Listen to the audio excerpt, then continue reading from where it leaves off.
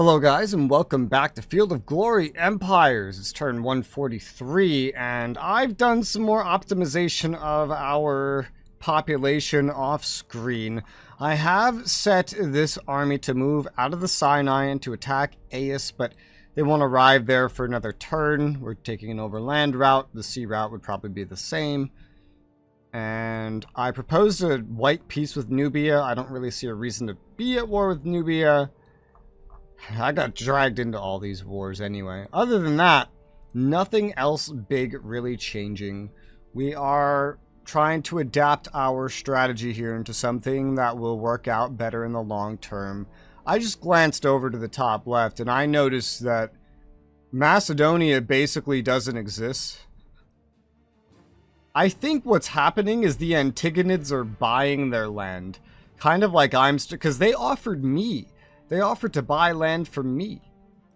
So I think the AI, unlike many other settings, actually buys and sells land from each other. In most games, they don't do this, but I think they do this here. Certainly they try it with me. You're coming to attack again? I saw the big Antigonid stack wanted to go after them, but they've just kind of swapped. The Blemmy stack ran, so I guess that siege didn't go well for them. Doesn't matter. Nothing here that we can't handle. They have very little, or just very terrible, skirmishers at this point remaining. Yeah, I'm not seeing much of any, so this is just going to be a frontline massacre on their side. There you go. You're dead. And can the camels do it? Not against other camels, no. But the pursuit, we deal a lot of damage. We kill their general. We didn't actually kill a lot, but we dealt a lot of damage in the pursuit. Specifically. Okay. Did he just pass through? Did the big Antigonid stack just pass through a location? Is that what he just did? I'm not looking to get a whole lot out of this. Ooh, alright. Our culture decadence is already starting to look better. And I've only barely started implementing what I want to do. That's good. Alright. Slave markets, buy, sell. So as I said, I'm going to do the sell thing twice to try to sell all the slaves that I've purchased in order to make up for, because I don't think you should ever basically purchase slaves. Now that I have a better idea of how they work, I don't think you should ever purchase them. And I purchased about 20, maybe a little more than 20. I don't know. I'm just going to sell 20 and we'll go from there. Change to our recruitment policy. Well, no, that's fine. I've hit my metal cap. Turns out my metal cap is 900. Now that I have access to improved cavalry, I want to try something new with a new army. Not saying I'm going to update all my other armies to this, but compared to Cameliers, while these don't say that they are as effective combat power-wise, so it won't count them for being as much, they're better on the attack by default by 1, and they have a flanking modifier of 4 instead of 2. So theoretically, this could have way more, like probably 3 more attack value on a flanking attack, a light cavalry, than a Camelier would have. The provincial units don't really seem like they get upgraded, and I still don't know what makes a provincial Camelier better than a not provincial Camelier. I have no idea. It doesn't make any sense to me. But what I do know is that these stats are higher on this unit, and a lot of the other things are the same. So for the amount of camels I have, which is all of this is 10 apparently, then I might instead have light cavalry fill those ranks on a new stack, because they seem like they're going to fulfill that role so much better. They won't have the ability to skirmish and throw stuff, but so long as I'm dumping archers in, which would be made cheaper by not paying exceptionally rising costs of provincial Cameliers, then I could hopefully afford more exponentially rising costs of archers. Maybe there's like a normal faction that can recruit archers, but I don't know. But they are pretty useful. I did notice also that the provincial archers, they have a max range of 1, meaning I think if you stack up your units so much that they can actually fire from like behind the skirmishing area. Meaning, potentially, for example, good skirmisher. You could have a front line, well, a support line of improved skirmishers to actually get the skirmish value, and have archers behind that still firing because they have the range, if I'm understanding correctly. However, that means two different support lines, which I'm not even remotely going to try to do. Right now, I want amount of stacks over making them any bigger than 46. I don't think I need them to be bigger than 46.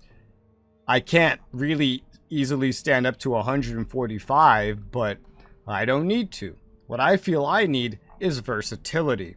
And so this seems like a good chance to try out the cavalry. The heavy cav will never compare because they don't have a good flanking modifier. Actually, you know what I just realized about this improved skirmisher? It's the same. It's the whole reason I got the archers to begin with, is because of their superior skirmishing value. Now that I have improved skirmishers, I don't need to buy any more of the archers.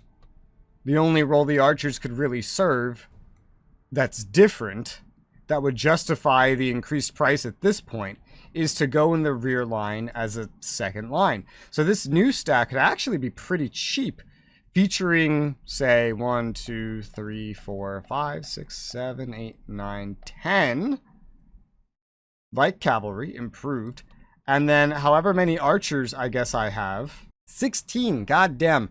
The only place where these archers would realistically be better than their improved skirmisher counterpart now, I suppose, would be just on smaller battlefields, because the archers would be able to keep firing, the skirmishers wouldn't. Maybe I could, like, if it's 16 in each stack, maybe I could, like, take 8 from each stack and then replace them with 8 skirmishers.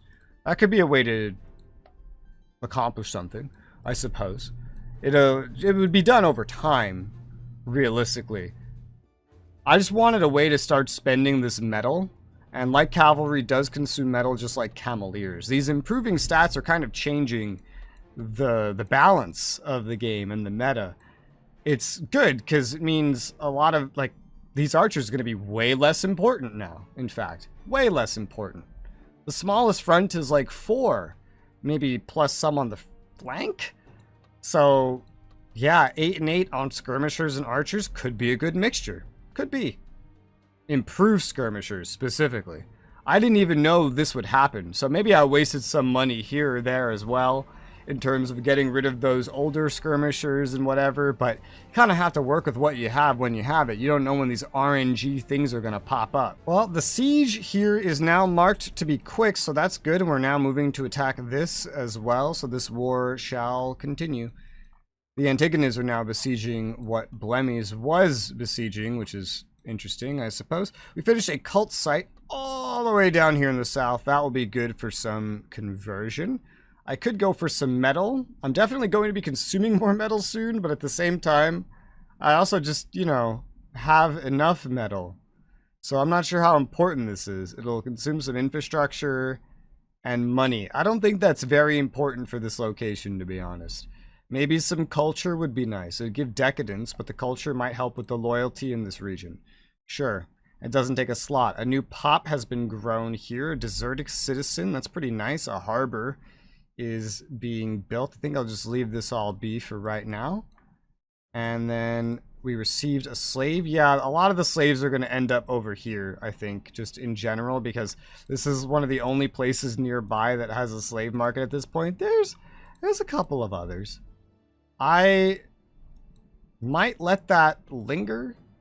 It is at the point where I would be happy to deconstruct it, but I don't know. I might let it linger. I'm not sure. This is quite on a front, so I'll just jump at the preserved food store. I'll jump at the opportunity to get the solid walls for right now. That sounds good. And you are in a greater province that is not really making much of anything. So yeah, I'll jump at the chance to get those solid walls. That sounds pretty good to me. And then I suppose I'll start disassembling the slave market. I don't know if this will function while it's disassembling. I don't think it will. And then they could start going here instead. If everywhere does fill up and they just go to the capital, I would probably just let some building slots linger and kind of go from there. I can get urban guards, which is an upgrade from the city guard. It is slotless. It will just give revolt risk, decreased taxation penalty. It's already giving stuff like that. Decadence increase. What makes this one any better? This has less decadence. I think it also skimps on the loyalty bonus, comparing them, because it's going to replace the city guard, right? It has more revolt risk decrease. It doesn't change anything else except it removes the loyalty bonus and then also lowers the amount of decadence increase. So that's strange. I don't know if it's actually worth it. It doesn't say it can be upgraded to anything else. Yeah, I'm not sure if this one's definitively better. I mean, it's better at fighting decadence and fighting revolt risk. I originally got it for the loyalty, but at this point, my overall loyalty problems are going to be theoretically less problematic. I don't know. I'm going to go ahead and make it, though, just to experiment and kind of like see what it is. I'm curious. I'm curious what this is. City walls were built east of there. We have one slot available here. I could go for the noble district for the loyalty bonus. I don't know how realistically important this is in this situation. We already have 87. High loyalty can be good for population growth, though. So, especially when you're only at 12 population. The event stopped firing for that around 2025. I'm not sure. But sure, a noble district takes a while to build as well. But sure, why not? New pop in Uruk. Clearwater has been built just next to that. That looks pretty good. Swamp draining. That sounds pretty cool. It would take 3 turns and it would provide health. We have enough in the way of food and other things, I think. Either that or I could go for the brickwork to get more infrastructure. The health would probably be better overall here, or I could go for the culture. Loyalty seems to be fine. Population's only 13. Yeah, the swamp draining for the health. That seems probably useful. I'll go ahead and build that. It's going to make other things take longer, but it's okay. Monument has been built next to there. Speaking of making things take longer. That's what's going to happen here. I could go for the harbor. It would start consuming a slot. A pleasure house for some loyalty. We don't have access to perfumes, but this is still a good building. I could use some loyalty here. Let's build a pleasure house, thus making everything else take even longer. Even longer. Yep. Alright. New population of the west in Lackmeads. This looks generally good to me. I know, I can move him. It makes sense. There's a stud to the west of that. We have several building slots here. This is kind of on a border, but not really. But I can upgrade a palisade to city walls. Is it really that important? This is in Nabatine. I don't have the whole province for that yet. So I'm not too sure about that. I could go for the orchard instead for food or an herbalist. I could use some more food or an herbalist. I'll go for the orchard. This place is kind of on its own. Move one other guy down to infrastructure, because again, it's not in a province yet. And this is going to take infrastructure as well, so move another person to infrastructure. And that should hopefully solve itself. Wow, this copper mine made 5 turns of progress in 1 turn. That's because it went from... Well, I don't know, maybe it was already under pacification, I'm not sure. A cenotaph, oh nice. That's nice to just have. North of the capital, we acquired regional roads. I'm at negative 2.81 decadence. Is that even a thing? I doubt that actually does anything. Whatever. We could get a land expansion. Sure, let's build up a land expansion. And that's sharing this infrastructure. Yeah, land expansion sounds good. Even more. We have so many... Oh no, these aren't slaves. I was like, are these slaves? No, these are very unhappy citizens. New pop to the west of that, but... Some slaves were definitely sold from here, so they're still not all that happy. I could put you on infrastructure just to try to make things a little bit better. To get a number I like more. Spinning mill to the north of that has been built. We only have one building slot available. Loyalty's fine, so I don't see the point of the noble district. I could either go for food, health. A lot of these look fine. I mean, well, we could use more, I suppose. Stud would be an easy one to go for. Gymnasium would give health. We have a lot of health already. I guess a stud works. Maybe it's not the best, but it works. In some of this occupied land, we have built a palisade. You know we have to take it now. Loyalty. Could definitely use loyalty, but it is under occupation, so that's not exactly true at the same time. Public track would be very useful. So I'll start building that. This is also not in a owned province. Clear water has been built next to that. Plenty of slots available here. I could build a dry dock. Light warships, heavy warships, reduction to equipment cost. I see. This could end up being where I decide to build all this stuff. I can import the materials required from it, but otherwise, I don't have the port level I would even need. It would go in this slot anyway, so I guess sure. I don't have many things that can build in the Mediterranean. I'll build that. A new population in Baliga. I'll move 2 pops down to culture for loyalty purposes now that I'm not watching it. That means infrastructure here won't be too great, but it's okay. This is one of the places that might sell its slaves as well. I added 8 more improved skirmishers. Well, I added 16 total to this recruitment for this new stack that I'm looking at making here. Yeah, that doesn't consume anything special though, like in terms of metal anyway. It's still gonna add up to go over the limit again. But it won't be over right now. We're still waiting to hear back diplomacy-wise. I forget what we offered, but I think there was some metal involved in some of these trades. Regardless, that's the start of a new stack. I'm not sure I could really... I mean, I might be able to add up, like, the entire rest of a stack. Okay, the unit queue fills up shortly after this, so... yeah, not a whole lot of point to building anything else. There's nothing else to build or do, really, so... oh, well, this stack is fully together now. You barely have enough food here at all. I don't want to take a naval route to get anywhere over here. We're going to just head down that way and then follow the land route and then maybe go like so. Like right there into the... oh, no, you don't want to go straight down? You don't want to go straight down. Alright, well still, you can head over here. This place actually has no defenses, so you're just kind of going in that general direction. The loyalty here is good enough, theoretically, to leave it alone. I'll put another guy on... I mean, that's not great. What I'm looking at right now is not great, but this is like kind of functional. There you go, just to make sure it's really, really loyal. Certainly. Get that moving down there. Loyalty here could still be better, so that stack will remain there. And that should hopefully be good. We got stuff building. Let's go ahead and hit end turn. Move it into the year 166 BC, turn 145. Alright, so we have another battle. They just keep showing up to fight us here where we've been doing this siege. The fact that we've lasted this long, this is part of why this siege is taking so long. Egypt keeps throwing basically their full military might at me, at this one army, and getting their asses beat repeatedly. This is not bad. See, the AI in this game is not the best.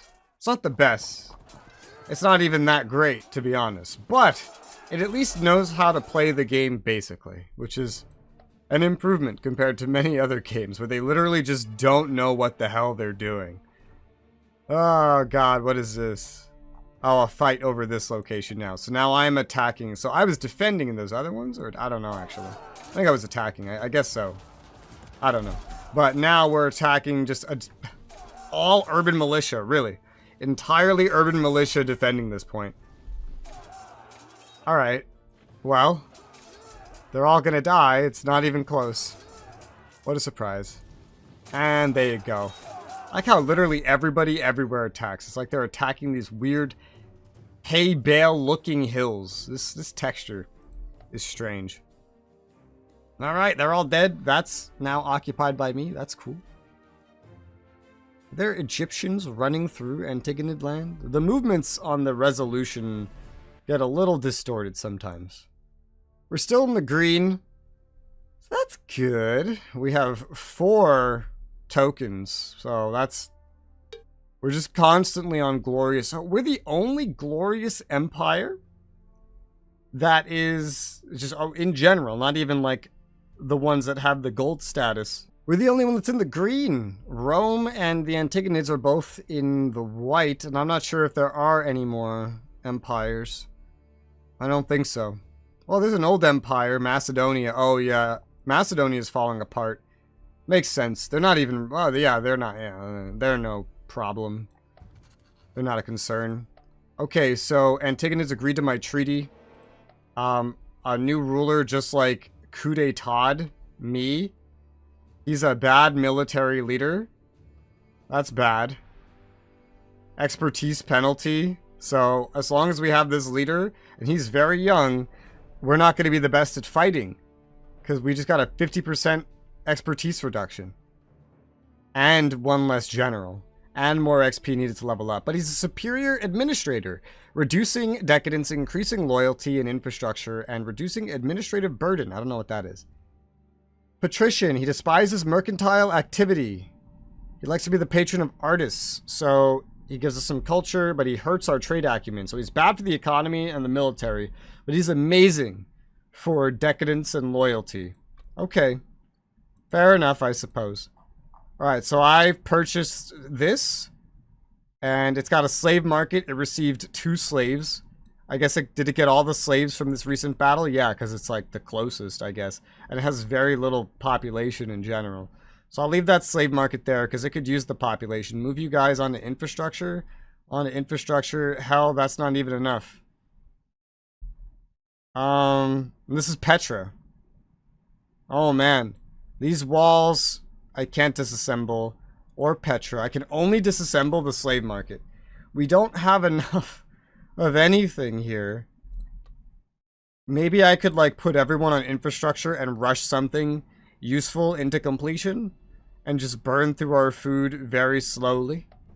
I mean, it's in Nabatea, right? So I can create the province now. The capital's gonna go here. And that's gonna combine with this? Yes. So... Oh dear. I think we're gonna need more food production. Oh man, would you look at this? Put you on infrastructure, put you on food. We're building some food. The buildings are all gonna take a very long time at this rate. Put you guys on food infrastructure.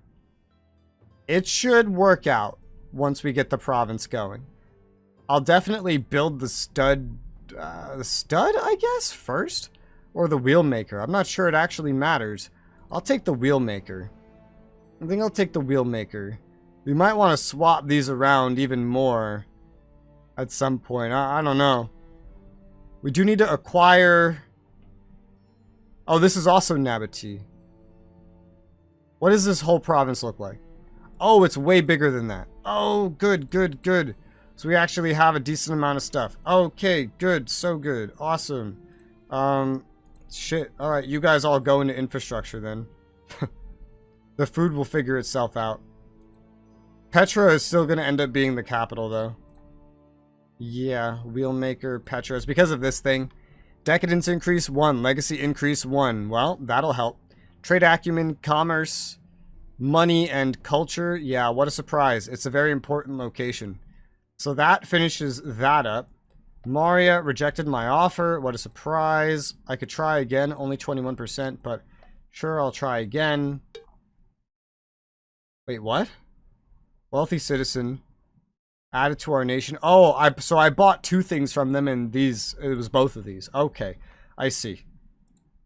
Oh, I also bought this. So I bought, yeah, I bought the whole province. I knew I only had 1 location, so even this is new to me. Oh dear. Oh gosh. All right. It has some slaves. Cool. Looks good to me. We liberated Nabatea. Yep. And we conquered this zone right here. What an interesting setup this is. Very, very interesting. Here, let's move some things around. It can't even build anything right now. And it's under just conquered. So let's even things out a little bit. Scopus died from disease and he was senile. I thought the other guy eliminated everybody in his way. I guess that's just flavor text. I'm going to ask Egypt for peace for the region of Aegyptus Superior. For the province of Aegyptus Superior here. Let me show you that. Province Aegyptus Superior, and it's like all this stuff here. One of these things is an objective. I don't know if I should also go for Aegyptus Major. It doesn't even let me add it here. Probably because they're losing it to the Antigonids. Until the Antigonids are done, I don't really know what we like could or couldn't get. So I'll just propose this and see if they accept it. Because I would get one objective anyway. And that would like halve my age, which would also help the decadence culture problem quite a lot. And again, I didn't even want to be in this war. So we'll see how this goes. Saba army right here. Very nice. I would love to give you a general. I don't have very many options. No. This is a very good one for Raxon, 29 years old. He's really good. Oh my gosh. He's so good. What the hell? Garuda's only good at the defense. I'll assign Firaxon to this stack. Sure. Get them training with Firaxon. That sounds nice. Metal. Yeah, we had some metal in that trade, so we burned through metal, certainly. I'm still going to continue building this stack because we can afford it. And how many do we even have? 1, 2, 3, 4. This will be number 5. That's a good amount. That's a good amount to aim for.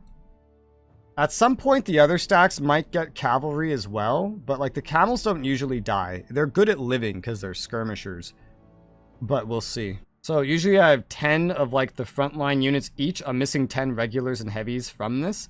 So I'll just recruit 10 regulars for right now. And that'll be a nice chewing through of things. It'll not chew through metal income, but it will chew through a little bit of metal. The heavy infantry is really what is going to chew through the most of it. And we'll do this like little bit by little bit, not rush it. And we've inflicted casualties on the defender. I feel like the siege just hasn't progressed mostly because we keep getting attacked. The stud has been finished across the river. That looks good. A population has grown here.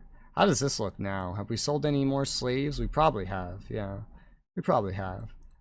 But new population here means we can build stuff. A crafter district doesn't take a slot, and we don't have anything like this, so looks good to me. Build a crafter district. Get a little bit of money income. I have like 10k money, which is good because now I can also go to the Antigonids and say, yo, dog, can you please give me the province of the Sinai? And then how much money can I give you for that? That's enough, huh? Well, then what if I also ask for Phoenicia? Will you give me Phoenicia? Do you even understand that you have... You do. Oh, like, do you understand that you have Phoenicia? Give money 5.5k. So they'll give me the rest of Phoenicia. They'll give me all of the Sinai. And then I just won't have Palestina. But I don't have anything in Palestina. So I'll be finishing up Phoenicia.